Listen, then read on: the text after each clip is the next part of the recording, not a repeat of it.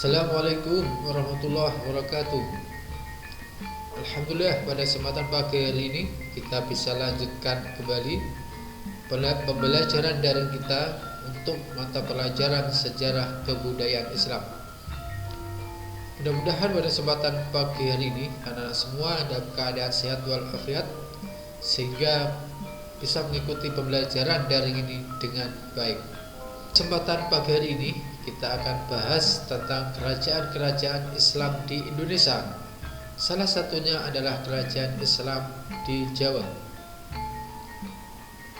Secara garis besar, kerajaan Islam di Jawa dibagi menjadi 3 kelompok kerajaan besar, yaitu pertama Kerajaan Demak, kedua Kerajaan Mataram, ketiga Kerajaan Kerajaan Banten. Sebelum kita lanjutkan materi Kerajaan Demak, jangan lupa untuk selalu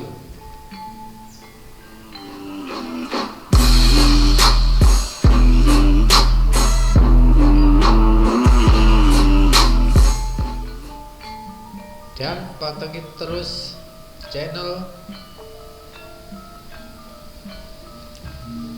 Baiklah, kita lanjutkan tentang pembelajaran Kerajaan Demak. Sebagaimana kita lihat, ini adalah peta kekuasaan Kerajaan Demak yang menghampar luas dari Jawa Barat, Jawa Tengah, dan sebagian Jawa Timur.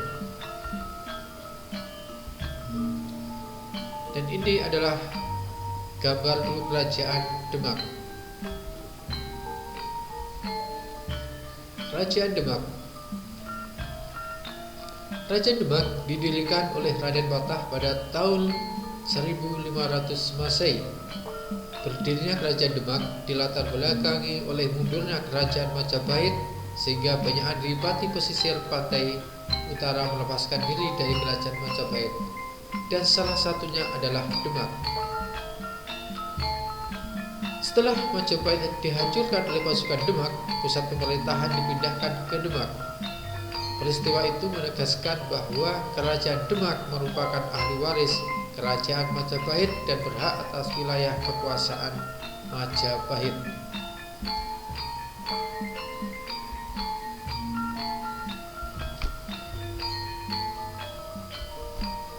Adapun raja-raja yang pernah memerintah Demak adalah pertama Raden Patah. Ia bergelar Sultan Ahmad Arifin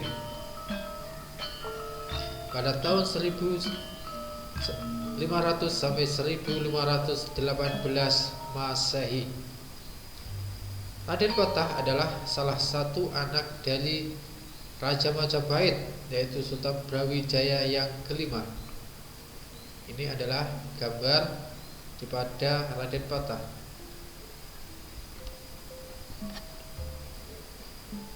Pada masa Raden Patah, Islam mengalami perkembangan pesat dikarenakan gencarnya dakwah yang dilakukan oleh para wali, yaitu Wali Songo dan batuan dari daerah pesisir seperti Cirebon dan Tuban.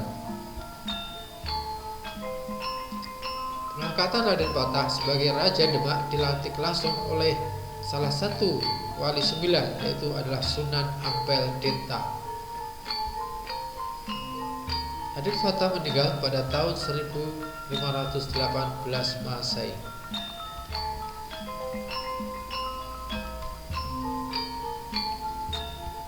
Raja yang kedua adalah Pati Unus.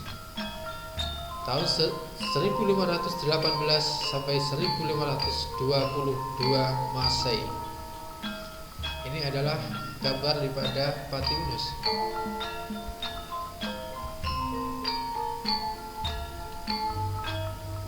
Pada masa pemerintahnya, Pati Unus pernah menyerang armada Portugis yang saat itu menguasai Malaka pada tahun 1513 Masehi. Namun usaha yang dilakukannya menemui kegagalan. Ia mendapat gelar Pangeran Sabrang Lor karena saat menyeberangi pantai utara dalam rangka menyerang Portugis dan meninggal di pantai utara, maka disebut sebagai Pangeran Sabrang Lor. Setelah jadi raja, ia hanya memerintah kurang lebih selama 4 tahun. Setelah ia wafat, terjadi perebutan kekuasaan antara Pangeran Sekarseda dan Trenggono. Pangeran Sekarseda dibunuh oleh Sunan Prawoto yang merupakan putra daripada Pangeran Trenggono. Patiunus wafat pada tahun 1522 Masehi. Selanjutnya, setelah Patiunus, kekuasaan Demak dipimpin oleh Sultan Trenggono. Pada masa kekuasaan Sultan Trenggono inilah Kerajaan Demak mencapai puncak kejayaannya. Dan ini adalah merupakan gambar daripada Sultan Trenggono.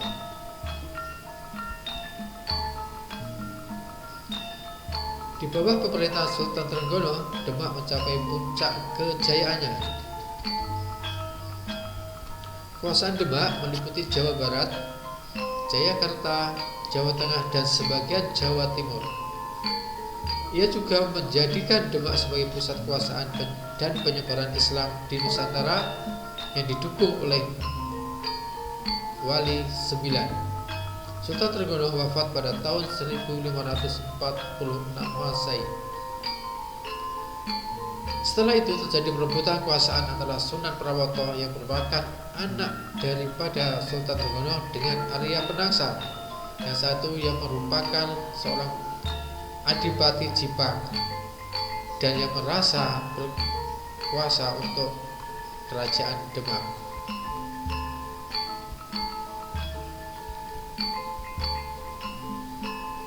Kemudian faktor kemajuan yang mendukung kerajaan Demak.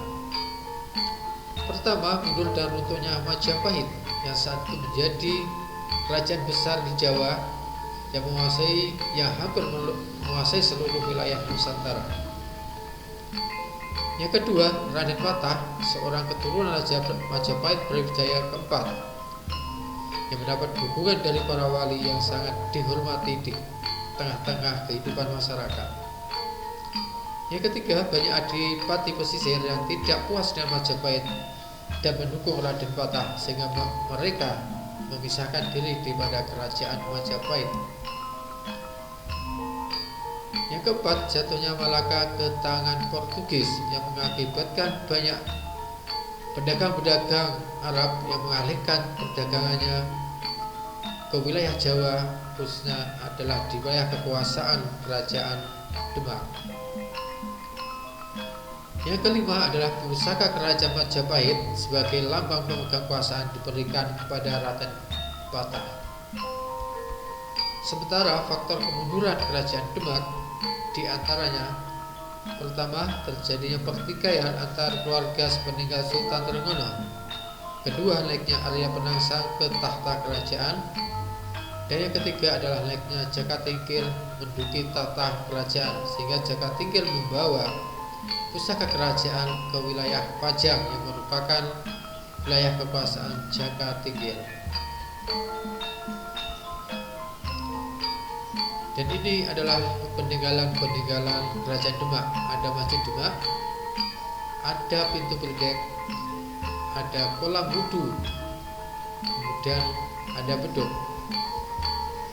Peninggalan selanjutnya adalah makam Sunan Kalijaga. Kemudian di Soko Tatang yang sangat dikenal di tengah-tengah masyarakat, yang dibuat oleh Sunan Kalijaga, terbuat dari pecahan-pecahan kayu, dalam bahasa Jawa adalah tatal. Demikian yang bisa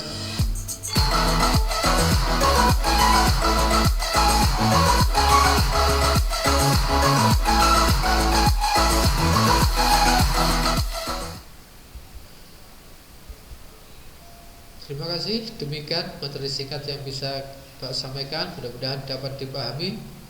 Dan jangan lupa jika ada pertanyaan tulis di kolom komentar. Sekian, wassalamualaikum warahmatullahi wabarakatuh.